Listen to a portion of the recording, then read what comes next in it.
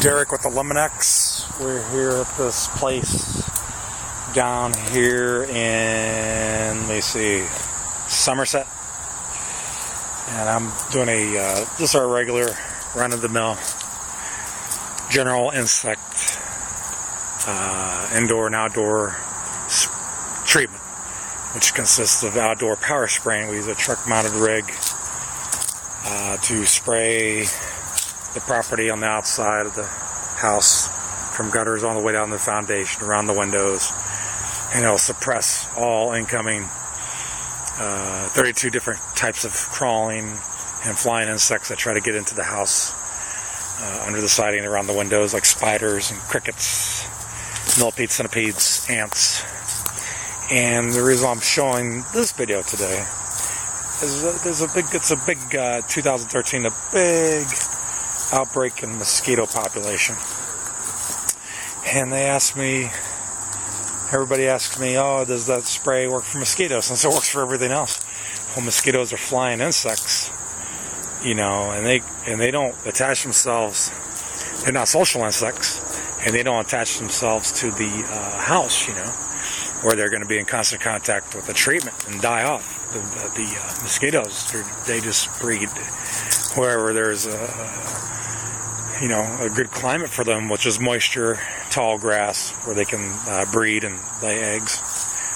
And so I see this property is like a brook. It's like a brook, and it's really, at this point, it's running because we had a flash flood yesterday, and this is all that's kind of left. So we do have a little running water activity here, but most of the year, the water just sits. The water just sits stagnant. And when it sits stagnant, then the mosquitoes will just lay their eggs, just breed and reproduce right in the standing water. That's why you see like these home associations where they have like the decorative ponds. They have to have fountains, or at parks they have like little fountains in the middle of the pond to keep the water moving. So here the water's kind of just sitting more.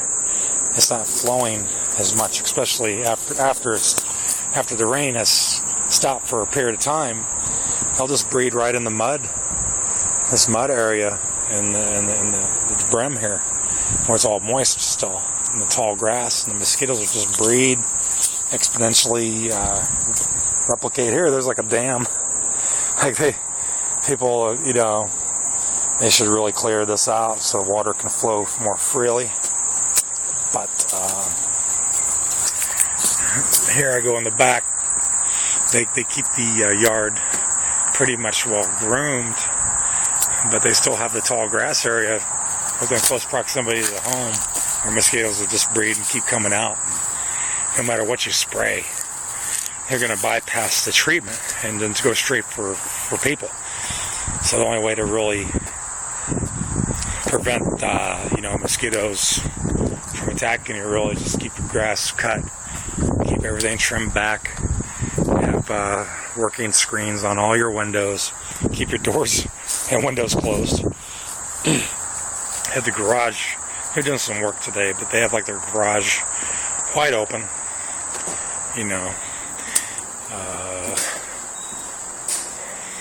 but I'm doing service here today, so what I do, I come out, I treat the whole property from top to bottom for all the insects and spiders. See all that? See all that growth? That's where the mosquitoes can breed. This isn't really a mosquito video. It turned into a mosquito video. I just wanted to show that even though we're licensed pest management exterminators, most of us don't specialize in mosquito application because it's expensive and there's not a huge demand for it. It's seasonal. It's only like 2-3 months that you would get a mosquito calls. We don't really get many. People just think it's an added bonus when they hire us for ants and spiders and stuff like that. They're hopeful that it covers mosquitoes too, but it doesn't. They do have a few outfits that do specialize in mosquito treatments, but that requires like a pyrethrin fog thermal generator where they treat the trees. It's not just the trees. It's everything else down below. It's like, I think it's down low that the mosquitoes are breeding, not up high in the trees. It's my belief. And so what the townships are doing when they come out with their little foggers, their truck-mounted foggers, and dispersing the permethrin, which is a cheaper version of the pyrethrin.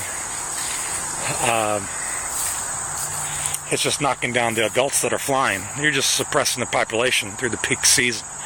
You're not really eliminating the source when they're going out with their trucks in the tree, fogging everything with their trucks. They're really just suppressing the adult population, but they just keep breeding. And I see in this property, they actually have a running fountain to eliminate, their mosquito population. They don't even have a yard. It's all concrete. It's like a major mosquito area when there's just nothing but concrete for a backyard.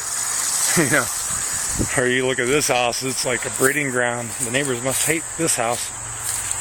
Let me see another property. How much yard they have. The only way you can really correct mosquito breeding is just eliminate all the growth. Well, this property, is possible. Flower pots, like your flower pots that don't drain out the bottom, like here. These flower pots. You have people, they're around the house and they're full of water. And the mosquitoes will breed right in there, see? This little pan here. If it's just sitting for a period of time, look at that. Just standing water.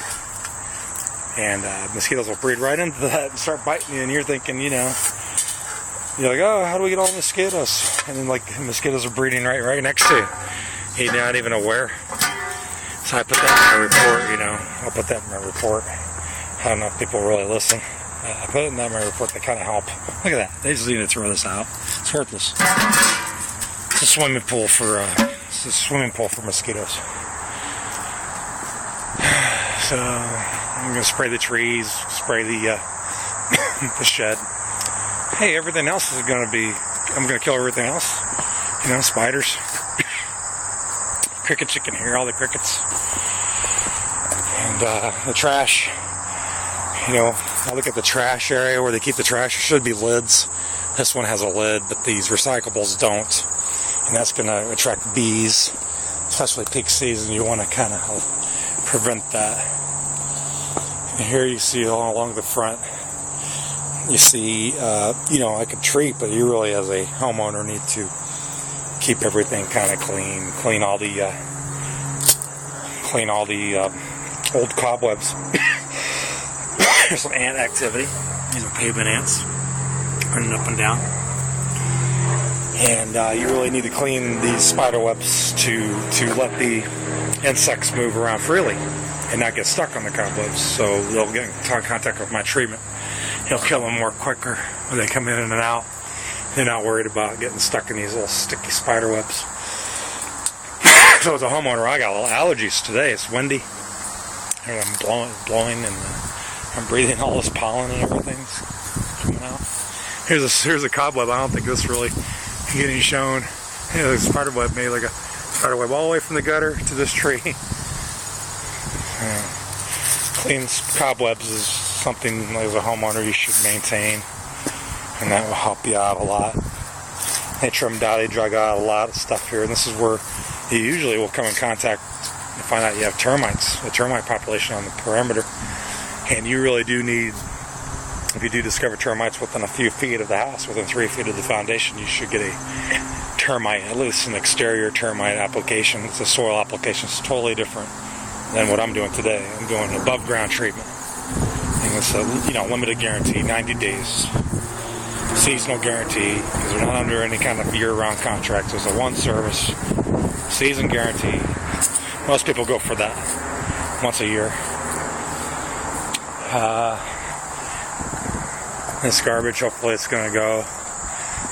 Anything in piles is going to attract rodents, animal, wildlife, and that's very costly when skunks, groundhogs, and these are all protected. You can't kill them. So once they get established and start making a family in dens, you're stuck with them. And they're very limited how you can set out the traps. So it's better just to prevent it, because once you have an emergency, once you're established with some wildlife that could bite you, and you start setting out traps, there's regulations, there's laws.